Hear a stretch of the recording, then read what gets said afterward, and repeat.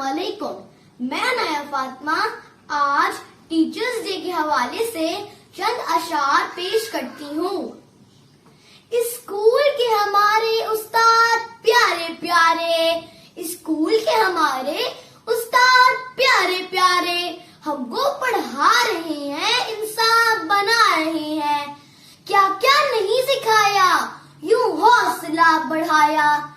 क्या क्या नहीं सिखाया, यूं हौसला बढ़ाया। बात अनसुनी बताई, दुनिया नहीं दिखाई कि दूर हर बुराई, तहजीब भी सिखाई। करना नहीं लड़ाई, होती है जग हंसाई।